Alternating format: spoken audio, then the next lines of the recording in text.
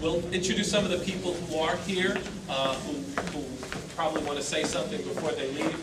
First, I'd like to introduce Mr. Galucio, who would like to say a few words of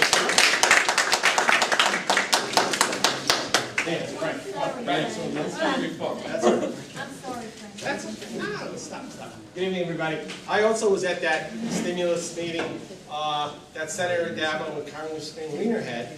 But I also want you to know that Senator Malcolm Smith had the same type of meeting at York College just a couple of weeks ago. And I find it very interesting that they are coming down to us to let us know what's going on. And Senator Dabo just said it. I'm not representing Senator Dabo by any means tonight, but he did say if anybody has anything to say about the stimulus package, please get a hold of his office or Congressman Wiener's office. Any kind of suggestions. It's important that they hear from us, the people. It's so important. You can't begin to understand how important it really is. That you keep the lines of communication open, particularly with the stimulus package. We want the dollars to come back here. It's as simple as that. I'll wear my other hat for a second, even though we just brought from a new councilman. I will be running in November, and I'll be back at another point in time. That's neither here nor there. What I just said to you in the back of your mind, no matter where you live, let your elected officials know what you want. Listen, you could wish for the sky, the stimulus package, no matter what, the stimulus package, and they're looking for, as they say, shovel-ready projects to put the money into. But there's some other stuff in here that I'm sure the powers can work to make our community a little bit better. That's all I can say. Thank you very much. Okay, we also have with us Alberto Valdea, who's a community activist. Alberto, would you like to come up and say a few words?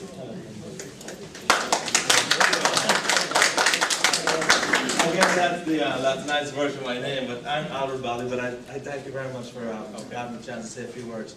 And following up with what Frank was saying, one of the projects we've been working on is the passage of the Neighborhood Preservation Act. What's been happening is that bill passed the state senate, has been passed, and I compliment Senator Joe Dabo for being part of that, Senator Klein. And what it helps to do is that in communities where the banks have foreclosed homes, where there's a growing amount all over, we find that there's a lot of graffiti. It's a haven for criminals. Lots of vehicles go there. All sorts of damages can happen. It has not really hit this part of Queens as much as it's hit Ozone Park or Richmond Hill. But we must be on the lookout for this because I think that it's a growing problem. It's going to manifest itself very soon because of the rise in foreclosures. So there's two aspects of this I want to mention to you. If you know of someone in your block or in your surroundings, it may not be you, whose home is being foreclosed, Congressman Meeks has a program every Wednesday in his office where he has a team of mortgage modification specialists, lawyers, and many other folks who come together to call the banks and to help to rewrite these loans so that these homes can be saved. The problem is that if these homes are not saved, they have gone to foreclosures. And many citizens and many seniors are being targeted, many new Americans are being part of the scam. And it may not directly affect your home, but it will destroy your neighborhoods because you wouldn't know who's living next to you. It could be a pedophile, it may be a criminal, it may be a gang member. You and your kids would be open to problems of that nature. So the Neighborhood Preservation Act is passed by the Senate. It's now pending before the Assembly. And one of the things it allows is that the banks must be made to clean up those homes. They must put security. They must clean up the garbage. They must stop the graffiti from happening. And this is one of the ways that we can call our assemblymen. And I say Assemblyman Seminary is representative here, and I know that probably he would sign on to that bill, so I'm very glad to mention it to him. Yeah. I know he's one of the sponsors of it. That they can pass to the Assembly so that the banks can be made liable, and associations like this, thriving associations like yours, Maria, I know you do a lot of work, graffiti and stuff, can be reimbursed by the banks. The banks must be made liable to pay for the clearing up bill so that our neighbors can be preserved and made safe. And that's just what I wanted to pass on to you. If you know of anyone, call Congressman Meeks' office. Every Wednesday he has a foreclosure prevention program. You can have people go there. We've already helped over 100 people in our neighborhoods. And I thought that in Haven also we would definitely have that as a growing problem. Please have that done and pass the word along.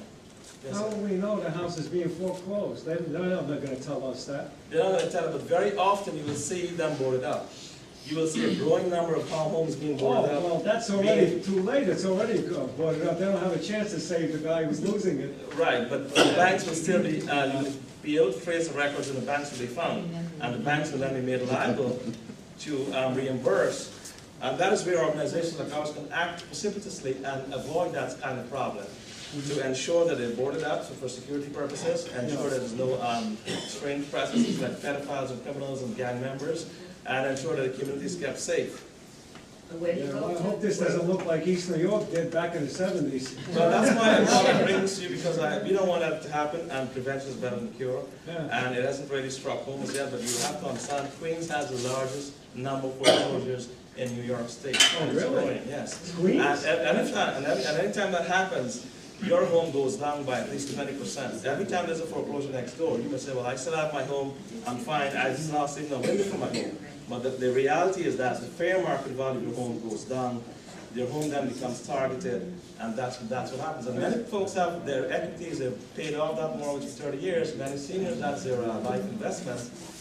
What does the banks do with them after they're foreclosed? Do they pass it over to the real estate agent to It get depends. them to? Well, the banks are in the process of making money. They're in the business of making money. They will never be there for the citizens. That's why we have to hold the banks accountable.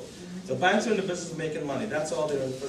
So unless we put pressure on them by legislation like this to make them accountable, they are going to walk away from their liabilities and from their responsibilities.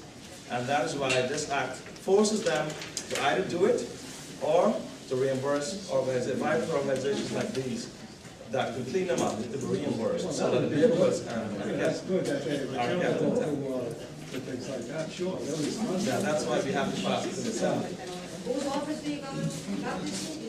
You said? No, well, this matter has to be passed, you could call your Assembly representative and ask them to pass the Neighborhood Preservation Act. It's pending, it's stuck in committee right now, before Helen Weinstein, I think her name is, she is the chairman of the chair of the PLO. And if she can get it out in that committee, then join the State Senate. It is passed the State Senate, compliments of Senator Klein and Senator Dabble that did a good job there, and I'm happy that it did that, so now the Assembly has to step up to the plate also. So thank you very much. To let everyone know, Mr. Baldeo has guest op-ed pieces in many of our local papers, so feel free to read him weekly. Just a little bit further before we, a little bit further on the foreclosure issue. We're very lucky in that we have the 102nd Precinct representing us in law enforcement. So when we do have issues like foreclosures, I have a foreclosed house on my block that's been empty for a year. No one goes near it. The police are always around and they're looking. So we're very lucky to have the 102nd Precinct, and we'll invite them up in a short period of time. Another thing is you can't tell really if a house is in foreclosure because there are 5 different stages of foreclosure. I won't bore you with the details, but usually when a person is out the door, a bank owns it. Banks do not want to be landlords. What banks do is they sell their homes to real estate agents or developers. Many banks now, since the issue is so large, what they've done is they've opened home foreclosure centers where it is actually a business for them because it keeps them from losing money, which is a profit to a bank. So what you'll do is you'll come in and you'll talk about renegotiating your terms. Right now, mortgages are at near historical lows, and they're very open to renegotiating those for those who can do. For those who can't afford a home and shouldn't have bought a home in the first place, there's not much that can be done for them other than maybe doing short sales, which might relieve them of some of their debt load. But there are things going on. Contact your local assembly office. Talk to us if you see anything wrong or something going on with a house, or if you tend to see people cycling in and out because someone might be renting it and moving on. We need to know about these issues so that we can do something about it. If we don't know about it, we can't do anything about it.